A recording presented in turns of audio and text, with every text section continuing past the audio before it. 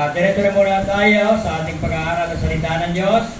Ating buksan ang ating mga Bible sa 1 Corinthians chapter 16, verse 15. Addicted to the ministry. Basahin po natin na sabay ang 1 Corinthians chapter 16, verse 15. I beseech you, brethren, ye know the house of Stephanas, that it is the first fruit of Achaia, and that ye have addicted themselves to the ministry of the saints. Purihin ang Panginoon sa pagkabasa ng kanyang panasalita, manalangin tayo. Dakilang Diyos na makapangyarihan sa lahat, sa umagang ito, lumalapit kami sa iyo na may kababaang loob. Una sa lahat, patawarin kami sa aming pagkakasala, pakalinisin kami ng iba na dugo, at mangusap ka sa bawat isa sa amin. Buksan mo ang aming mga mata upang makita namin ang mga dakila at makapangyarihang bagay na hindi namin nalalaman. Ito po yung aming dinadalangin sa matamis na pangalan ni Kristo Jesus. Amen. Ang lahat po ay inaanyaya mo po. Katulad ng sabi po ni Pastor Paulo Malabanan, may plano ang Diyos. Sapagkat, sabi ko nga kay Brother Dante, kahit antok na antok ako, sabi ko sa kanya, hindi ako tutulog kasi baka makatulog na ako, tapos pati ikaw, magising tayo, nasa langit na tayo. At hindi nga kami natulog. Pero nung malapit na kami sa Project 8 Bible Baptist Church, kasi ako po yung speaker din ng kanilang 53 years anniversary. At kung ano pong edad ng Project 8, ganoon din pong edad ng aking Christian life. Kasi kami po ang mga pioneering ng Project 8. Pero sabi ko nga sa radio program ko, titignan niyo ako mukhang 45 pa lang, di ba? Pero yung Christian life ko, 53 years na ako. Amen. Kaya, napakabuti ng Panginoon. Bakit? Kasi hindi niya pa tayo kinuha. At katulad nga ng sabi natin kayo na isipin nyo, 8 at truck ay bumangga sa amin. Pero, imbis na kami ay bumangga doon sa walling, may parang kami na pumigil doon sa kotse namin. Umikot na yung kotse namin, tapos isasalya. Pero hindi na isalya, kundi tumigil punta. Doon natin makikita yung kapangyarihan ng Diyos. Amen. Kaya sabi po rito sa ating mensahe, number 1, addicted to soul winning. Genesis chapter 11, verse 11 to 6, sabi ito, in the morning, so they sit, in the evening, withhold not thy hand, for thou knowest not, whither shall prosper either this or that, or whither the both shall be alike good. Sabi ito, soul winning, morning, midday, at evening. Ako'y sanay lumakad. Kaya, hanggang doon tayo sa dulo. Kapag ako po'y nagpipreach at nagtuturo, ako po'y sanay maglakad. Bakit? Kasi baka yung iba sa inyo nagsa-cellphone, o kaya natutulog, o anong ginagawa. Para tayo nakikipag-usap. O nakikipag-usap ka, kahit na nakatingin. Dapat kapag nakipag-usap, talagang mata sa mata. Malalaman natin kung kayo nakikinig o hindi kayo nakikinig. Diba? Kasi yung iba, akala mo nakikinig. Kunyari, kaganyan-ganyan, parang tulog na. Kaya pag nakita ko sa mga sister, makinig ka muna. Diba? Kaya sabi ron sa ating pinag-aaralan, kapag tayo nagasik ng binhi sa umaga, sa tanghali, at sa gabi, sabi ng Bible, Ecclesiastes 11:6, huwag mong iurong pagdating ng gabi. Bakit? Kasi hindi mo alam kung alin ang gaganda. Halimbawa, nagtanim ka sa umaga, hindi gumanda. Yung pala yung sa tanghali ang gaganda. Lagi natin sinasabi, o sa aming mga miyembro, mahirap tayo ngayon, pero hindi tayo mananatiling mahirap. Alam niyo po ito yung drama sa radyo dati. Ang nakakalam lang yung mga kasi edad ko. Pero yung mga bagong henerasyon, hindi nila alam yung drama sa radyo na ito ang palad ko. Na, ibig sabihin na ito ang palad ko, kung hindi naging mahirap, kapalaran mo yan. Hindi po totoo yung kapalaran. Amen. Kaya ka naging mahirap kasi pinili mo. Kaya kung tayo po ay mahirap, hindi man natin tayo mahirap. Kung tayo po ay nasa kalooban ng Diyos. Katulad na sabi ko sa inyo, dati nagsimula kami, mahirap lang yung mga miyembro namin. Wala kami mga professional.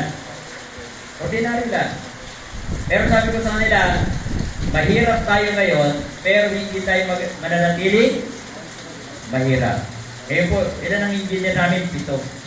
Probinsya lang kami, pero tatlong engineer, isang electrical engineer, isang communication engineer, kaya pwede kami tayo ng sarili ng istasyon ng radyo.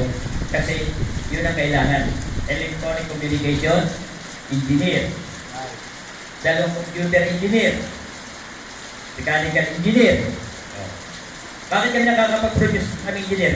Kasi lahat po kami ng engineering. Kung wala kami engineering na college, hindi kami makakapag-produce. May hirap lang kami dati, pero hindi na natiling mahirap.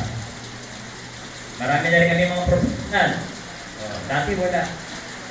Kaya, kapag tayo pinitiwala sa Panginoon, at ang paggamit tayo sa Panginoon, mapalat tayo dito sa Pilipinas. Bakit? Sa Vietnam at Cambodia, nakarating din po tayo, pagdating ng high school, mahirap kami mga sa Vietnam. Bakit?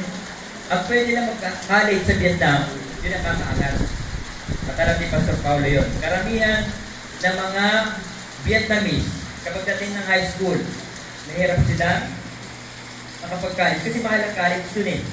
Sa atin, libre ang elementary, high school, college, nagrarally pa. Dapat ipadala sa Vietnam yung mga nagrarally. Libre na, school, college. Ngayon, kung hindi ka nakatapos, isa lang ibig sabihin, tamad. Kaya kapag tayo tamad, wala tayong mararating. Pero kung tayo masipag, magpapalain tayo ng Panginoon. Magpapalain tayo ng Panginoon. Kaya sabi diyan, soul winning, morning, midday, and evening. Kaya kapag tayo sumunod sa Panginoon, magpapalain tayo ng Panginoon. Sabi ko sa mga tinuturuan ko, at tinuturuan ko pulis ay more than 200. At with units, ako rin po tuturo sa Provincial Command. Isang full-fledged colonel, at saka 6 na lieutenant, colonel, at saka major. Lahat yun sila nakikinig tuwing Lunes. Ano ba yung study ng P-letter? Ang ibig sabihin ng study ng P-letter, libre pagtuturo ni pastor, walang bayad. Pero, dahil sa pagtuturo sa kanila, nakaretire sila, milyon ang tinanggap. Maraming mga pulis sa iba't ibang lugar sumasabit. Ibig sabihin na sumasabit, natatanggal sa serbisyo, walang milyon. Pero, nakapakinig ka kay pastor, hindi ka sumabit kasi yung salita ng Diyos naging gabay sa iyo. Psalm 119, 105, Thy word is a lamp unto my feet and a light unto my path. Kaya kung nasa isip nila yun, hindi sila tumabit at maaaring sila nasa US, nasa Canada, napalago nila yung mili nila, tapos napakarami na ng pera, naalala nila si pastor o Bishop Fred, kasi sa radyo, Bishop Fred na naririnig nila. Naalala nila, ay si Bishop Fred, naalala ko, naka-online. So, Bishop, pwede pa yung 100K. Sabi ko, pwede niya, simula na. Di ba? Maganda yun. Eh kung 200 yun, hindi lang ang 200 na kursa tinuturo ako. Itong nakaraan, 200 plus na government employee. Then civil service man ngayon. Kami ang nagturo sa provincial government. Bali, dapat nasa strategy dito po namin. Ako lang ang mga 200 plus kasi speaker ako sa Project 8 noong Friday. Kaya maaga ako umalis. Kaya yung mga kasama ko na iwan, sila nagpatuloy ng training. At malinaw, maganda yung pinag-aralan namin. At sabi roon, Pakiyan na nga yung paano makikilala ang Diyos. Yan po ang ating tinuro. Kaya babalikan na lang natin itong number 1 point, solving. Pakilagay doon sa paano makikilala ang Diyos. Yan po ang ating tinuro sa mga government employees. Paano natin makikilala ang Diyos. Kaya maraming mga tao hindi ganun kalalim pagtawag nila sa Diyos kasi hindi nila kilala ang Diyos. Right. Eh, paano makikilala? Number 1, sabi dyan, paano makikilala ang Diyos? Habang hindi pa nakikita dyan sa slide.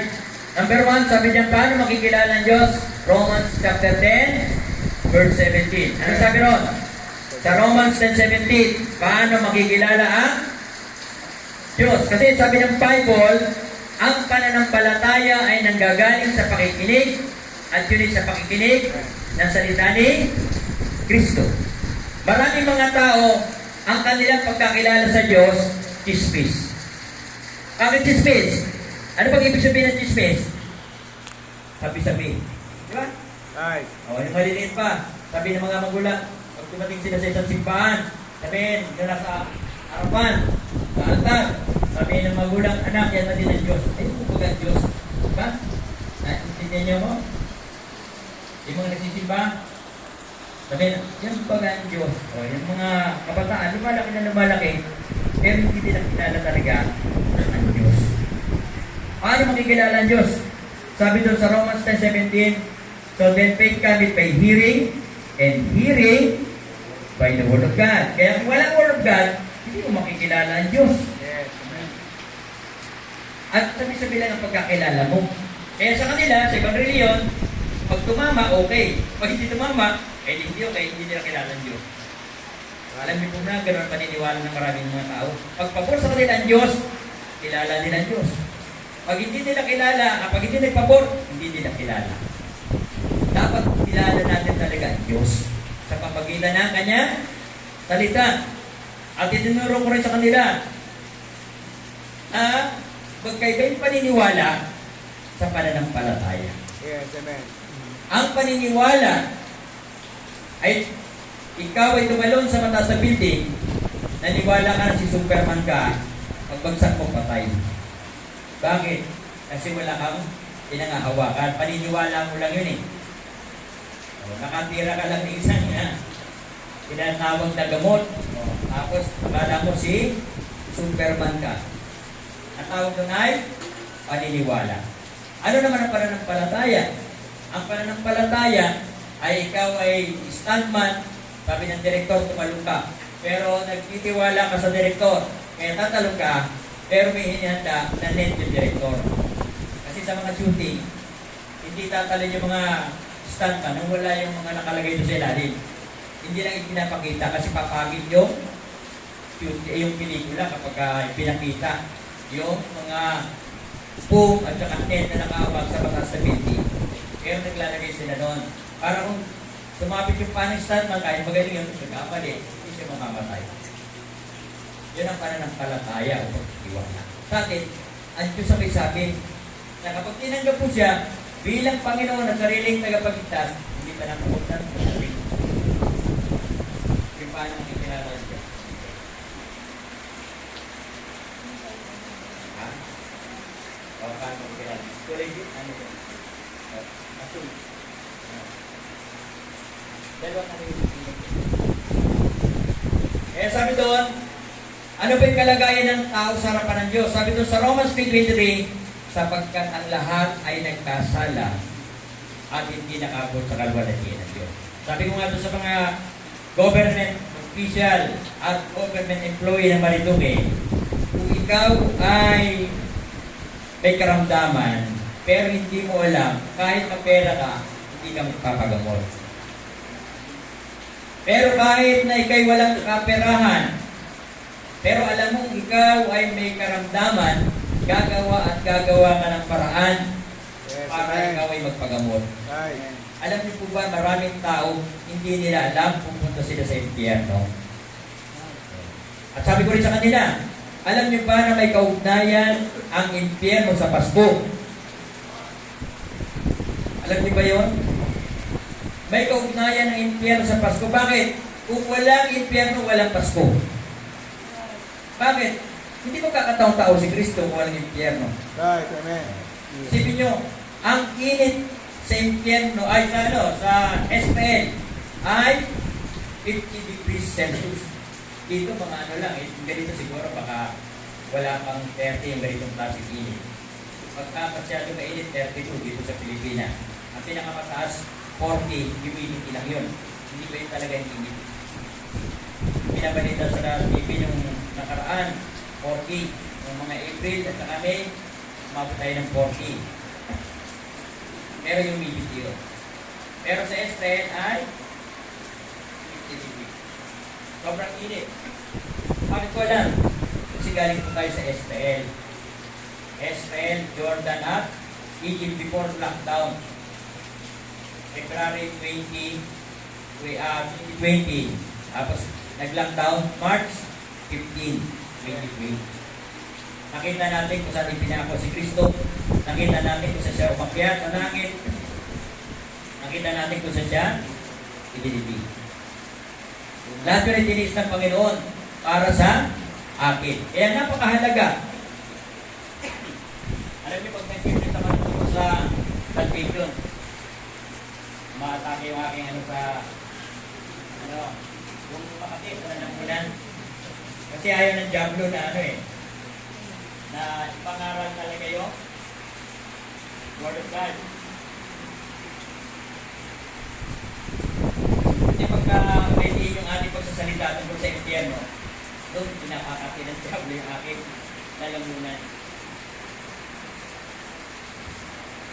Kaya napakalaga po na maunawaan natin ang kaligtasan sapagkat sabi ng Bible, ang bayad ng kasalanan ay kamatayan, subalit ang regalo ng Diyos ay buhay na walang hanggan. Isipin natin, sino ba tayo para mamatay si Kristo para sa atin? Pero dahil mahal niya tayo, sabi doon sa John chapter 3, verse 16, sapagkat kayo lamang ang pag-ibig ng Diyos sa sanlibutan, ibinigay niya ang kanyang bugtod anak upang ang sino man sa kanya sumampalataya ay huwag mapahamak kundi magkaroon ng buhay na walang hanggan. Kaya kapag tinanggap natin bilang sariling tagapagligtas, maliligtas tayo at hindi na tayo pupunta sa dagat-dagatang apoy. At sabi roon, ang bayad ng kasalanan ay kamatayan. Subalit ang regalo ng Diyos, buhay na walang hanggan. Libre, walang bayad. Amen. Naalala ko yung taga-dagat-dagata na botas. Puro tato, tiga. Nag-saturate kami doon sa Nabotas, dagat-dagata. Sabi niya, hindi ka ba takot sa akin? Sabi ko, hindi. Bakit hindi ka natatakot? Kasi tinatahan ng mga tao. Hindi ako takot. Ikaw matakot kung bulat sa akin. Kasi ako papunta ka lagi, ikaw. Maya-maya, umiyak. Sabi ko, bakit ka umiyak? Akala ko matapag ka. Sabi niya, hindi. Lahat ng mga tao kasi rito sa dagat-dagat na nagpuntas sa akin. Wala nakikipag-usap sa akin. Mahirap kasi ang tao na walang kausap, di ba? Wala nakikipag-usap sa kanya, malayo pa lang. Tumatakas na yung mga tao, tumatakbo na. Kasi mamamatay tao yun, talagang Kaya, sabi niya, miyak siya, sabi niya, alam mo ba, ikaw lang ang tao na hindi natakot sa akin. Sabi ko, hindi talaga ako matatakot sa iyo, ako palagi takot rin. Ikaw ba? Hindi ba ako nakapasya? Maupo ka. Tuturuan kita na salita ng Diyos. At umiyak sabi niya, tinatanggap ko si Kristo ng maliwanag. Wala tayong katatakutan. Bakit? Malangit kayo. Pero ayaw pa natin kasi meron pa tayong gustong gawin.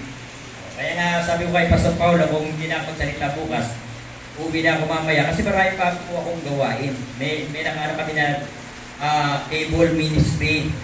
Sa Tuesday, mag-i-start kami ng cable ministry, Marinduque News. Naka-live yun, buong mundo rin yun.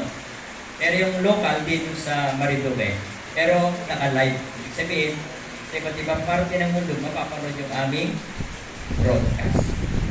Kaya, kahit gusto natin pumunta na langit, medyo gusto natin mapahuli muna. Kasi, mas maganda marami pa tayong magawa. Amen.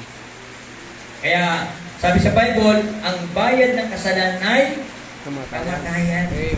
Kaya kahit na ikaw ay sabihin natin na malayo doon sa mahusay na doktor, Amerika pa, dahil mapera ka naman, pupunta ka sa Amerika.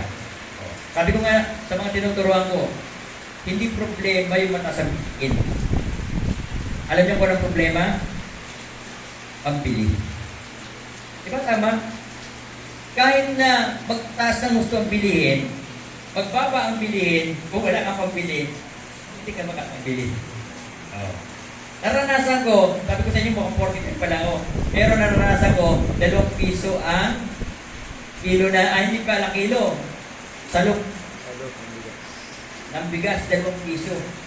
Ang minimum wage ay 7 piso. Napunta ni nanay kasi mas matanda siya sa akin. Napunta niya sinasabi ko, at makukumpare niya kung nagsisinungaling ako o hindi. Nanay, nagsisinungaling ba ako sa sinasabi ko? Ama ba?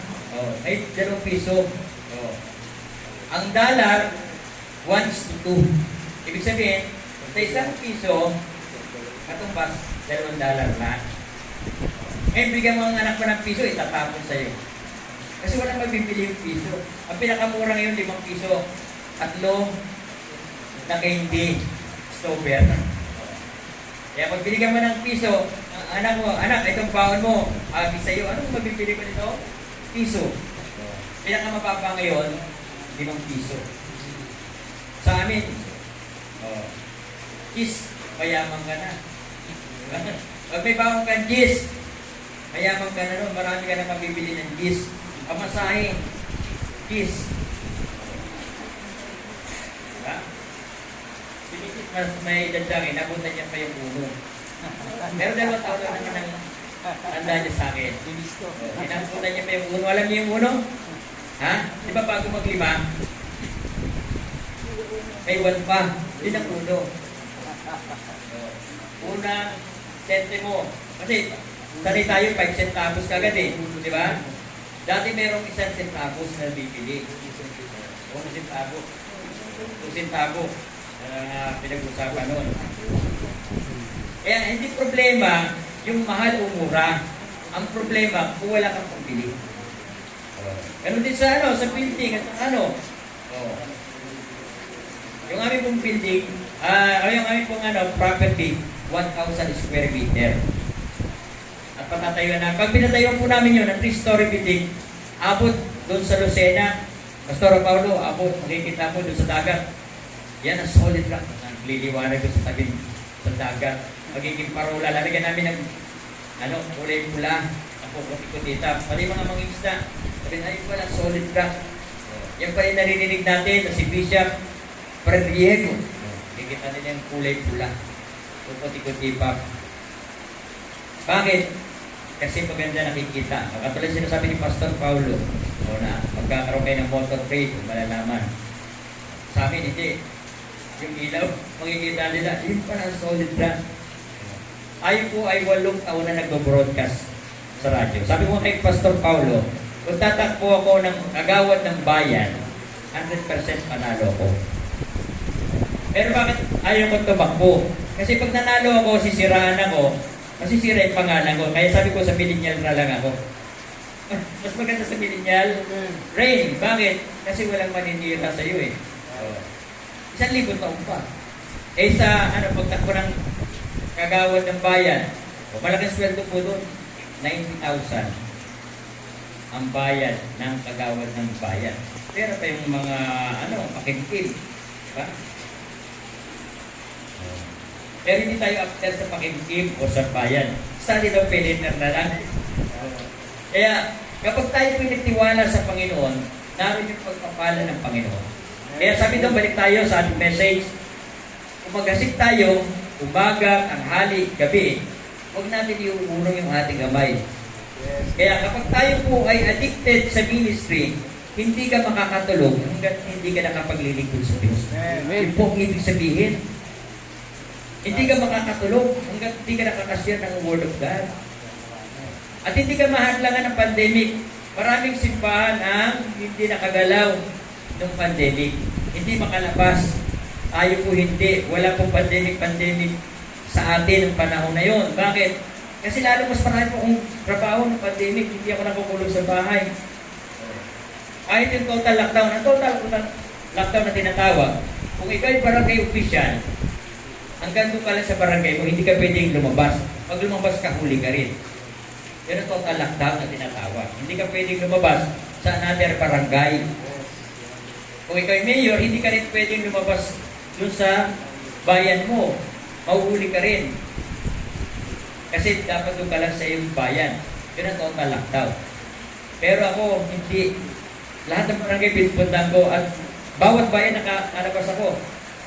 Hindi tayo kilala ko ng mga pulis. Kundi, member ako ng media. Ang media, siya ay kasama sa ITF na pwede siya lumabas. Dahil pwede sabihin natin na yung mga pulis, i-recognize ako, paano kung may magsumbong? Tapos wala kang credential. Nakuha niyo? Kasi hindi lang dapat kilala mo yung mga pulis. Okay, payagan ka. Pero paano pag may reklamo? Bakit siya, bakit na nilgala ng gala? Diba? Dapat may credential ka na. Pag may nagsumbong, wala siya marireklamo. Si Pastor Fred, ano yan? Media yan paano mo ano yan? Kasama yan sa pwedeng lumabas. Kaya, yung mga barangay tanod sa bawat barangay, susulwiling pa natin. At tuwan-tuwa po sila. Bakit? Kasi ayaw pa nilang mamatay. Alam niyo po ba ng panahon ng pandemic, mas madali ako mag-sulwiling. Bakit? Kasi yung mga tao, ayaw pa nilang mamatay. Kaya sabi niya, Pastor, ikaw ang gusto namin. Kaya darating ako sa kanila, mga checkpoint. Natutuwa sila. Bakit? Ayaw pa nilang mamatay. Pastor, ipag-pray mo kami. Di ba gano'n ang tao? Pag nangangailangan, tanggapin ka. Pag wala nang kailangan sa'yo, pera ka na. Pastor, kailangan ka namin ngayon. O sige, ngayon pag hindi na kailangan, Pastor, busy na ako. Marami akong gawain. Kaya dapat, kilala natin ang Panginoon. Naintindihan ba yung aking sinasabi? Amen. Maliwanag ba? Sabi ko nga doon sa mga government official, huwag kayong amin ng amin. Kasi sa kanila, sabi ng pare, akin na yung pera nyo. Amin. Ngayon pagka kinuha yung pera nila, nagagalit. Bakit kinuha yung pera natin? Sabi mo amin O ibig sabihin, pagkasang-ayon kayo, malakas ang Amen! Ganon, hindi yung Amen. Ibig sabihin, sumasang-ayon kayo. At hindi kayo antokin. Kaya kayo inaantok. Kasi malapya yung inyong sagot. Kaya pagka may puntok na maganda, dapat malakas ang Amen. Amen ba? Amen. Ayan, Amen. Para yung buhay ng ating, kasama natin ang Diyos. Tapos nakikita ng Diyos, lulugulugo kayo. Tapos gusto niyo pagpalain kayo ng Diyos, tapos kayo lulugulugo. Ano sabi ito sa Psalm 34, verse 9 and 10? Ating namnamin. Tingnan nyo. O taste and see that the Lord is good. Nararamdaman mo, nananamnam mo kariyan ng Diyos. Kasi kung hindi mo nanamnam, magpapaslide ka. Amen. Katulad na sabi ko sa inyo, 53 years na ako bilang mananampalataya. Alam ko yung sinasabi ko, lahat ng mga unang gawain sa buong Pilipinas, sinabutin ko. Lahat. Hindi ko lang nasimulan yung iba kasi mas nauna sa akin yung iba. Pero inabutan ko lahat yun. Kasi kung lumaganap 1950s, bagamat 1900 nagsimula ang Bible Baptist, pero lumaganap 1950. At noon, diba, turo. Bakit? Kasi pag ang pastor, doon, maganda, karnal. Pagka ang pastor, ang sapatos pag lumuhod sa unahan, dapat sa swela, sabihin ng mga member yan, haring pastor. Spiritual. Tapos pagpayat ang pastor nila, halos hindi kumakain. Sabihin yan, talagang ating pastor, spiritual yan. Kasi akala nila, pag hindi ka kumakain, wala kang madamit, ikaw ay spiritual. Mali po yun. Mali po yung mindsetting natin. Nasa yung pangako ng Diyos.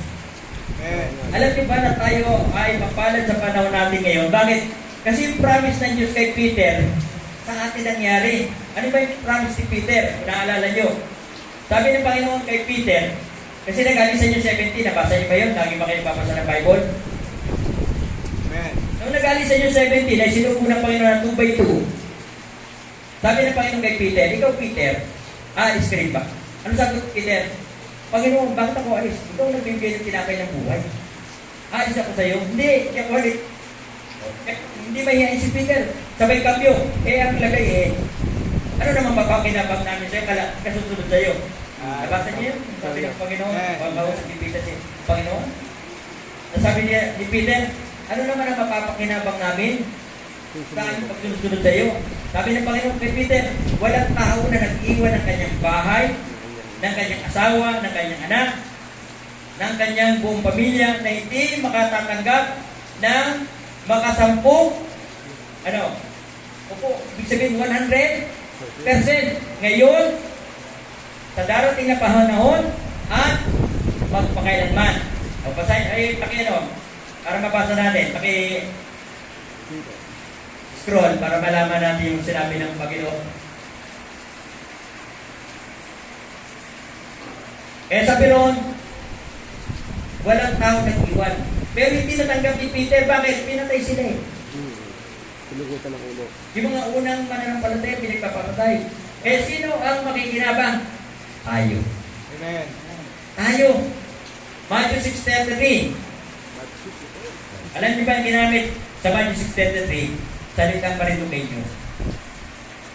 Maraming hindi naintindihan kasi hindi Paritukenyo, alam nila.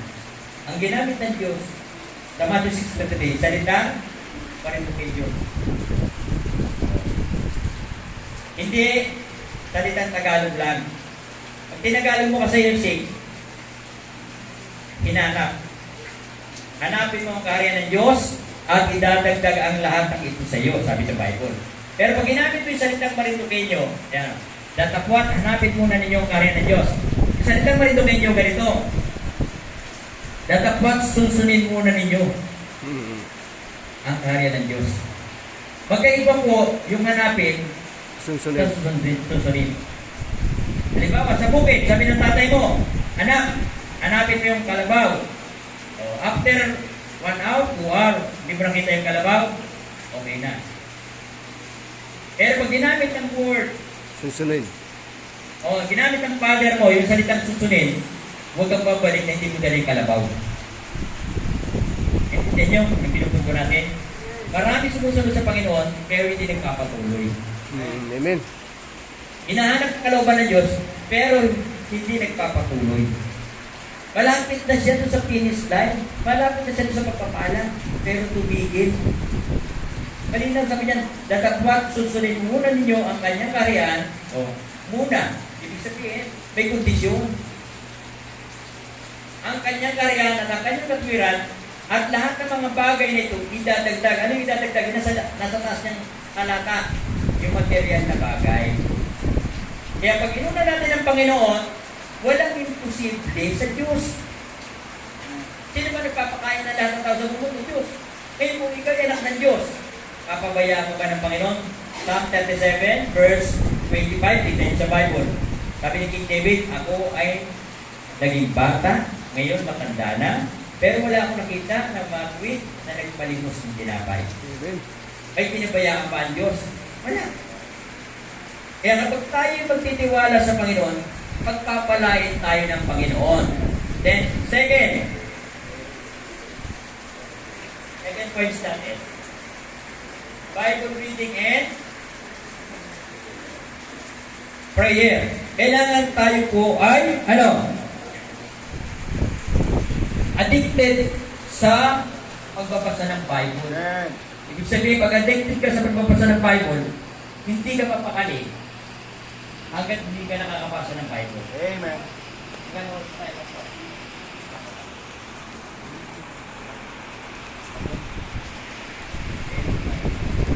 Sabi niya, Bible reading and prayer. This book of the law shall not depart out of thy mouth, but shall meditate therein day and night, that thou mayest observe to do according to all that is written therein.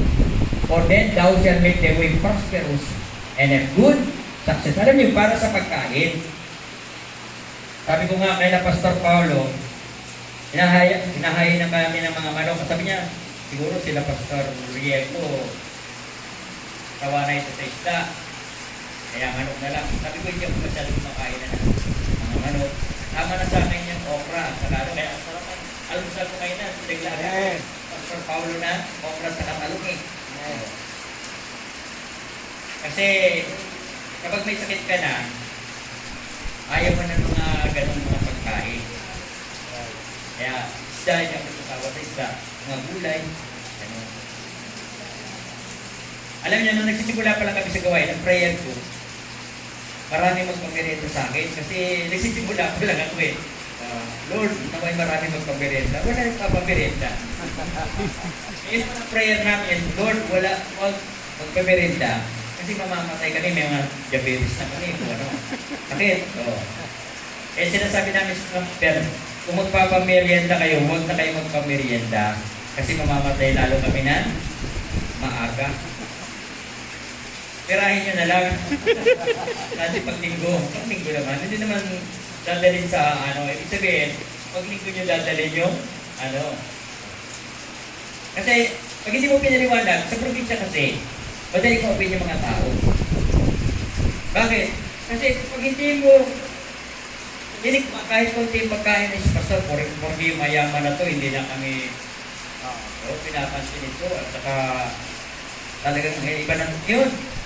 Ate, gusto kumain doon sa amin. Ngayon, dahil marami na siyang pambili, hindi namin kayang makain ito ng mga masasarap. Kaya, ayaw. Wala ka ng miyembro, tapos mamapailog ng mga tao sa iyo. Kaya sabi ko, dapat maging maliwanag sa inyo na hindi namin gusto yung pagkain nyo. Kundi kung kakainin namin lahat yung ibigay ng pagkain sa amin, kami mamamatay. Naintindihan naman nila, kung kami mabibisita, yun nagpapamerienda. Nagpapamerienda din, pero yung mga hindi makaka-pagpeksin ng buhay namin, sweet, tapos wag soft drinks, bawal sa amin ng soft drinks. Kaya sabi dyan, sa ating pinag-aralan, balik tayo, Bible reading and prayer. Ang tanong, ilang beses nyo na ba natapos ang buong Bible? Yung diretso. Pwede nyo babasa kayo ng Bible, pero ang tanong, diretso nyo ba yun? Ako po, nasa ano na ako, magpapa-35 na ulit. Ibig sabihin, diretso. Ngayon nasa book of Revelation, chapter 12 na ako ngayon. Sasang naman, kasi 2 chapter sa Old Testament, 1 chapter sa New Testament. Nasa Psalm 65, 66 na ako ngayong araw na to. Kahit ako'y busy, kahit ako'y buyag, kahit ako'y napakaraming ginagawa, hindi ko kinaliligtaan, hindi ako makakaturo. Kahit antok na ako, babangon ako para mabasa ko ang Bible. Amen. Dati hirap akong mag-preach, magkaroon ng preaching o lesson. Ang sekreto natutunan ko, Bible reading. Amen. Basa ka ng basa. Nakapagbasa ka ng basa, hindi ka mahirapan pag-preach. Kasi, lagi mo na pinapasa eh. Yung 35, yun yung diretso. Pero may hindi diretso. Alam mo, nag-aaral ka, o di marami kang pag-aaral din. Pero yung diretso lang na pag-aaral, 35 times ko na nabasa ko ng Bible. Pero kunti pa lang alam ko. How much mo kayo kung hindi kayo babasa? Lalo wala kayong alam. Ako nga, napakarami ko ng binasa. Pero kunti pa lang ang alam. Amen. Kaya sabi diyan, 1 Thessalonians 5:17. Sabi diyan, pray without ceasing. Walang patid na panalangin, Lord. Ingatan mo kami. Ilayo mo kami sa kapamakan. Katulad nga nasabi ko sa inyo, yung nasa panganib kami, imposible talaga, ibabagsak talaga kami sa wall. Yung konti, napipipit, tapos tayo kami. Pero naroon yung kamay ng Panginoon. Amen. Alam niya na magsasalita pa ako dito. Amen. At saka sa Project 8, anniversary ng Project 18. Ngayon kung ako ay kinuha na, hindi na ako makakapagsalita rito. Pero dahil may plano pa Diyos na magsalita ako ngayon, hindi pa ako kinuha. Ngayon ang tanong sa inyo, may plano ba Diyos sa inyo? Dahil kung wala, yun ang tanong. Kaya hindi pa ako kinuha ng Diyos, may plano pa Diyos sa akin. Kaya sa inyo, may plano ba? Kung kayo ay hindi susunod, sabihin ng Panginoon, ikaw, mauna ka na. Kasi wala ka namang ginagawa. Kaya dapat, sabi sa Bible, ang pagkatakot sa Panginoon ay bukal ng kabuhayan para lumayo sa silo ng kamatayan. Proverbs 16:25, sabi ron, there is a thing that seemeth right unto a man, but the end thereof is a way of death. Then pangatlo, eksakto tayo. Pari tayo sa eksakto oras. Then giving, sabi diyan, pinagtatalunan ngayon sa mga FP. Ang tithes daw ba ay nakasulat sa bagong tipan? Yan, ang sagot. They gave everything. Binigay nila lahat. Paano pa makukuha ng tithes? Binigay na nga sa New Testament ang lahat yung mga nakikipagtalo sa tithing, nakasulat pa. Isa pa, ang sabi ng Bible, na dumating si Kristo, wala siyang inalis. Ginanap niya ang kautusan. Hindi niya inalis. Wala kang mababasa sa Bible na inalis niya. Tinupad niya, sabi doon. At yung mga mananampalataya, sabi niya, sa verse na nariyan, they gave everything. Napapalaki na. Sabi diyan sa Acts 4:32, and the multitude of them that believed were of one heart and of one soul. Neither any of them owed of the things which he possessed was his own, but they had all things common, and with great power gave their apostle witness of the resurrection of Jesus Christ, and in great grace was upon them. Kaya walang tinatawag na ikapunong una sa New Testament kasi ibinigay lahat. Paano po bibigay? Halimbawa, binigyan ka ng Diyos ng 1,000. Ibinigay mo lang yung 1,000. Ano kukunan mo ng ikapuno na ibinigay mo nga lahat? Yes, amen. Kaya sabi nila, dapat yung practice sa New Testament, huwag na yung tithing. Yung ikasampu nga, hindi mo may bigay. Yung pa kaya lahat ibigay mo. Kaya huwag kayo maniniwala doon sa mga walang magawa sa FB. Lahat ng mga nangyari na mga po sa FB, nakikita ko lahat yun. Kaya lang hindi ako nagsasagot. Bakit? Kasi wala naman ako mapapakinabag ko. At saka iba, walang magawa. Kaya yun, nakatutok sila doon sa ganun. Pero kung ikaw may ginagawa, abala ka sa paglilingkod sa Diyos, hindi ka maapektuhan. Kaya yung iba nagtatalo-talo sa FB. Huwag kang magbigay. Sabi ng Bible, ang taong nagbibigay, pinagpapala. Ngayon, pag hindi ka nagbigay, hindi gusto mong sabihin sa Panginoon, huwag mo na ako magpalain. Tapos gusto mo magpapala. Diba? Nung ako'y nagsimula, magbigay sa bisyon, nagsisimula ako ng gawain, naging mag-asawa. Tuwing darating ang, Sabado, yung 20 pesos na pagpiling ko ng isda, kumitin yun sa misyon. Pero, sabi ng Diablo sa akin, kasi yung Diablo nakikipag-usap din yan. Halimbawa ngayon, habang nakatingin kayo sa akin, yung Diablo bumubulong sa isipan nyo ngayon. Kaya, hindi lahat ng bulong pakikinggan nyo. Baka kay Satan ang bulong yan. Huwag hindi pakikinggan. Medyo sasalain nyo. Ito bang bulong na bumubulong sa akin ngayon ay sa Diyos? Dapat mag-i-amen kayo. Nawawala yung amen natin Amen! Yan. Parang gising na gising. Sabi ng Diablo, sige, tingin ka lang kay pastor. Pero yung puso mo, huwag mong ibibigay sa Panginoon. Yung mata lang. Kasi tinitignan ka ni pastor, parang ikinig ka. Ipakita mo lang kay pastor na nakatingin ka. Pero yung puso mo, wag. Kaya, sabi ng Diablo sa akin, narinig pastor sa likod. Amen? Sa likod? Yan. Sabi ng Diablo, di ba missionary ka? Oo, missionary ako. Kaya, Bakit nagbibigay pa? Bili mo na lang. Kung naman, misyonary nga ako. Eh, hindi ako nagbibigay. Turo ako ng turo. Ang pinakamasakit po sa isang mga ngaral ay yung pangaral ka ng pangaral tapos hindi mo ginagawa. Amen. Lalo na yung mission meeting. Tinuturo ko yung mga membro, magbigay kayo, magbigay kayo. Ako hindi ko ginagawa kasi sabi ko, missionary din ako. Parang yung isang mayaman, nagbigay siya sa pare. 1,000,000. Sabi niya, Father, 1,000,000 ako dito, pagtatuhin mo na. Sa nangangailangan, sa likod ng Diyos, at sa mahirap. Opo, ako na bahala. Di ba man yun? Direktatlo niya ito sa mahirap, sa likod ng Diyos. Tapos, sa nangangailangan. Ay mahirap, mayaman, ay mahirap, nangangailangan, sa kalikod ng Diyos. Kaya, nahati niya na. Sabi niya, ito para sa mahirap. Tinanong yung sarili niya, ako ba'y mahirap o mayaman? Mahirap ako. Kaya akin to. O, yung isa naman, ito para sa likod ng Diyos. Ano ba ako? Diba likod ako ng Diyos? Akin to. O, yung pahuli, ako ba'y walang pangangailangan? Meron. O, sa kanya lahat yun. 1 billion. Ganoon tayo, kinukumbisi tayo ng Diablo. Pero isang araw, sabi ko, nakipagpuno ako. Aaway, sabi na, sige na, bumili ka na ng isda. Yung 20 pesos noon, mga 1989 siguro yun. 88 kasi kami nagsimula ng gawain. Kaya, nasa 35 years na kami sa kuwa.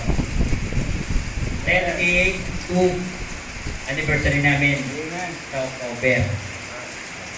Sabi ng Diablo, ipili mo na. Sabi ko, hindi. Kahit alam mo na. Nung pinaligas ako, pagdating ng alas 11 may kumako. Pwede na. Hindi pa ako, hindi ko pa talaga binibigay yung 20. Nasa nakahang pa. Pero, dahil sa isip ko na hindi ako bibili, hindi kami nagluto.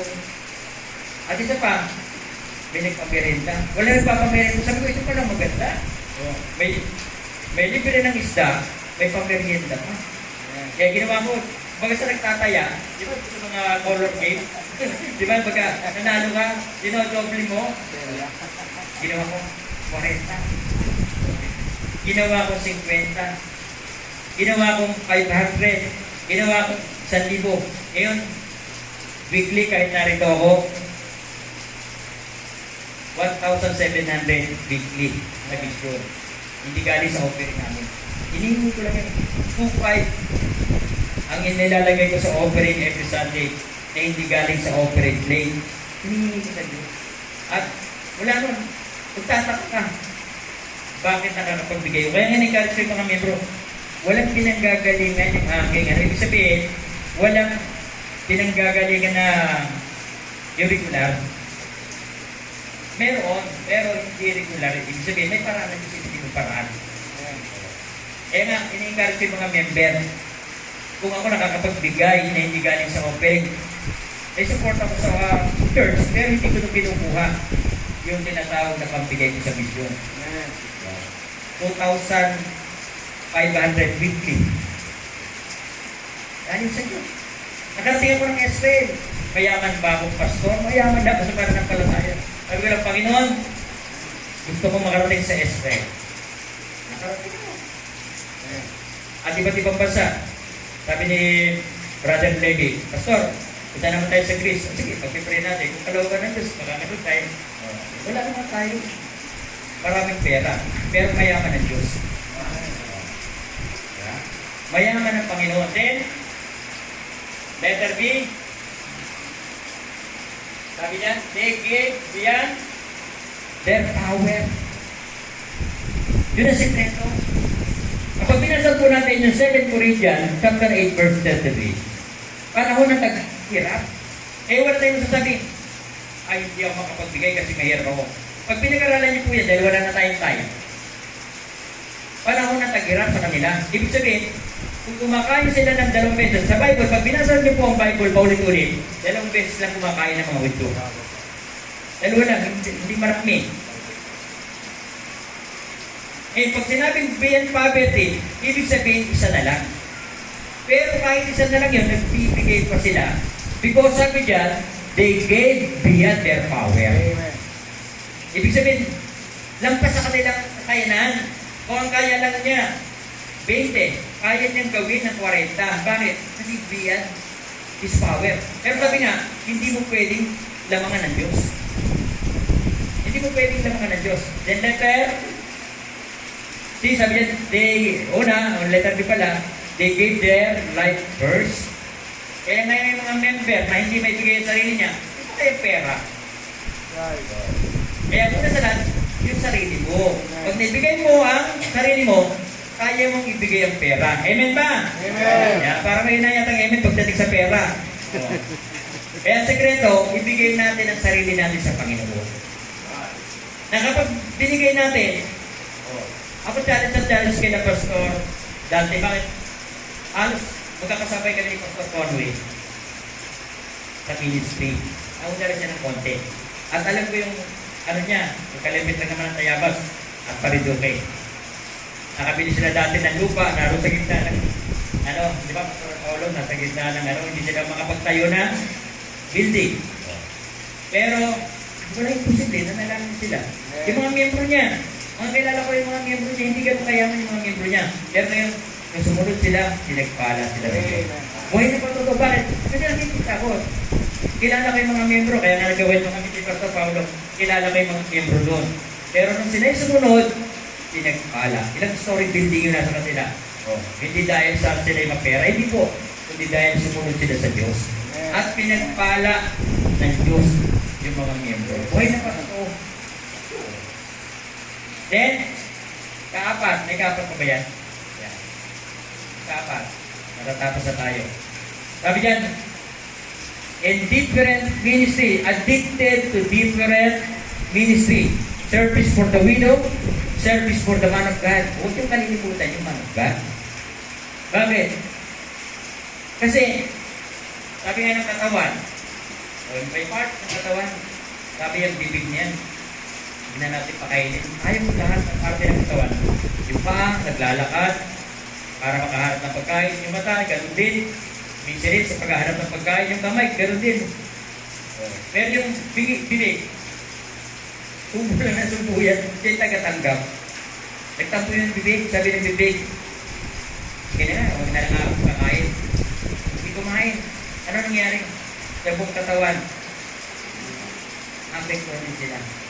Kaya pag hindi nyo minala pastor nyo, hindi nyo sinuportahan, maapektuhan din kayo. Bakit? Sino ba magpapakain sa inyo? Ang salita ng Diyos. Di ba, pastor? Kaya, pag inalala niyo yung pastor nyo at pinanalangin nyo, wala namang perfecto eh. Ako hindi rin perfecto. Lahat tayo hindi perfecto. Pero malaki ang nagagawa ng panalangin. Huwag gabayan mo po ang aming pastor. Tulungan po ako na maging blessing. Amen. Kahapon, nagpaano kami doon. Masahe. Hindi pakiramdam. Kaya masig na tayo mag-preach ngayon eh. Eh kung lagi na mamasahe, pastor nyo, talagang umuusok yan lagi. Eh paano kung ngayon sakitin? Mga kapatid! Wala tayo, anong gagawin natin? Kulang sa sa energy. Kailangan masahe. Diba? Kailangan supportan. Kung dapat may pagmasahe si pastor, pumit ako ng pagpamasahe. Pag ganito, kasi gusto ko humaba ang buhay ng aming pastor. Kasi pag hindi ko ginawa ito, maapektuhan din ako. Amen. Hindi siya nakapag-preach na maganda, maapektuhan ako. Kaya, ano yun, dami-dami yan. Kaya pag pinexplain niyo yung pastor niyo, kasama kayong pagpapalain. Amen. Kasi yung pagkain spiritual na ibigay sa inyo, magpapalago sa inyo. Magpapatibay sa inyo. Then, sabi diyan, service for the man of God and service for the ministry. Kami marami rin ministry. May radio, may cable, mayroong sa motor train, Bible study, may sa Rossi Bible study, may sa TSWDO, may TSWDO, mayroon sa mga kapulisan, maraming ministry ka. Sa mga barangay, marami. Kaya sabi sa kanila, dapat maging kabahagi kayo. Mamanahin natin yung Ang kanilang ministry, video. kapag ang ministry ay paglilingkod, at yan ay hindi sa pastor. Kasi ang pastor, kumbaga sa paggawa ng building, ang pastor ay foreman. Ang foreman, nagatingin lang yan kung tama yung paggawa. Pero hindi siya gagawa. Eh, sila nagbibigay sa pulo, ganito dapat gawin kapatid. Kung susumbinin tayo, dapat ganito. Kung tatrabaho tayo, dapat ganito. Pero hindi siya lahat tatrabaho kasi mamamatay siya ng maaga. Di ba? Kung siya lahat ang magtatrabaho. Dapat kabahagi ang bawat isa. Kaya dapat tayo po ay faithful na sumuporta sa ating pastor. Tutulong tayo sa ministry. O may 5 minutes pa. Ito tayo sa 5 minutes. Sa radyo po kasi sanay ako ng eksakto. Kung sinabi sa akin gano'n oras, eksakto. Wala namin, wala sinabi. Kasi mga tao, pag sinabi mo gano'n, papas, iba na lalo kong tingin sa'yo eh. Diba? Lalo yung pinakikinig. Pero kung eksakto, nakapo yung isip nila. Diba? Ano, kinig pa ba kayo? Gusto nyo ba makinig ng 5 minutes? Ano mahina yung amen? Tulog na, pastor. May minutes pa tayo. Eksakto ng alas 11. Kaya napakahalaga, hindi naman kasi mahalaga yung napakahapon sinabi mo. Tapos wala naman nakikinig. Sabi nga, di ba din ang maisip? Totoo. Kailangan nakikinig kayo. Sabi ko sa mga polis, nang una, 35 years na kami. Pero nung una, sabi ko sa kanila, i-extend na lang natin para makinig kayo. Ngayon, pag hindi kayo nakinig, ahaba ako. Kaya yung mga polis, alam mo, attentive sila. Ahaba pala ni Bishop. Kaya, alam mo, makinig tayo. Kaya nakikinig sila. Lahat ng ating itinuturo sa kanila, pati kila pwede. Ang pinag-aralan namin noong nakaraan, yung 1 Peter, chapter 2, ang salita ng Diyos ay hindi sa tinatawag na sarili kapaliwanagan. There's the prophecy na na-record sa Bible sa Biron para sa tinatawag na private Interpretation. Eh, naunawangan nila. Tumitibay lalo yung kanilang desire na makinig ng salita ng Diyos. Kahit may compare sa krami, sabihin ng ipidi, silent lang muna natin ang bante. Pagbigyan muna natin si Bishop. Kasi mas mahalaga yung salita ng Diyos kaysa kay General eh. Pero hindi sabihin, hindi na sila makikinig, kundi inuuna lang muna yung salita ng Diyos. Na kapag tayo ay lumapit sa Panginoon, pagpapalain tayo ng Panginoon. Amen. Hindi ka pagkukulangin. Wala akong nakita na nagtiwala sa Diyos, sumunod sa Diyos, na magsasabi, hindi siya pinagpala. Sa looban ng 40 years, nasa 40 years na ako sa ministry. Pero sabi ko nga sa inyo, 45 pa lang ako. Pero sa ministry, 40 years na ako. Dati, yung mga simbahan, kung may nakaparada dyan, tricycle, bisikleta, sa bawat churches sa buong Pilipinas. Kami lang, Portiera, sikat na kami. Pero, kakarag-karag. Kakarag titulak. Sa Ortegas, napasok kami seminary. Nagtutulak kami sa gitna ng Ortegas ng mga nakabarong. Pero proud pa rin kami. Bakit? Sa buong Pilipinas, dito sa Metro Manila, kami lang ang merong Portiera ng panahon eh. Pero ngayon, pumunta ka sa mga fellowship. Una-una. May mga bawat lugar, may mga sasakyan na. Sa amin din, bulbog sa amin. Pero marami rin nakakagarahin mga sasakyan. Dati wala. Ibig sabihin, ito po rin salita ng Diyos. Amen. Na kapag tayo sumunod sa Panginoon, pagpapalain tayo ng Diyos. Kaya pwede sabihin mo, Panginoon, isama mo po ako sa pinagpala. Kaya kung kayo nakikinig ngayong umaga, hindi pa kayo ligtas, dapat maligtas muna kayo. Sapagkat sabi sa Bible, 1 John 5:14, and this is the confidence that we have in Him, if you will ask, according to His will, ibigay. Kung hindi ka pa anak ng Diyos, paano ka pakinggan? Kaya dapat yung karapatan ng pagiging anak ng Diyos mapa sa'yo. John 1:12, datapwat ang lahat hindi tanggap ay pinagkalooban sila ng karapatan ng pagiging anak ng Diyos. At yun sa pamagitan ng pagtanggap kay Kristo. Lahat ay tumayo at ay amin. Dakilang Diyos na makapangyarihan sa lahat, sa umagang ito, nagpapasalamat kami sa 27th Church Anniversary ng Christ Bible Baptist Church, Paliparan, Casbarinas, Cavite. Salamat, Panginoon, sa mensahe na pinagdala mo sa bawat sa amin. Nawa, ang salita mo na napakinggan ay huwag bumalik na walang kaguluhan, kundi kumilos sa puso ng bawat nakapakinig. Sa mga hindi paligtas, nawa masumpungan nila ang kaligtasan ngayong umaga. At doon sa mga mananampalataya na, makita nila ang kahalagahan ng pagsuporta sa gawain mo, Panginoon. Maging addicted to the ministry. Kaya patuloy na ikaw, Diyos, ang kumilos, manguna sa bawat isa sa umagang ito. Ang lahat ito ay aming dalangin sa matamis na pangalan ni Kristo. Amen. Amen. Habang ang lahat ay nakayakit, tawagin natin ang inyong pastor, Pastor Paulo.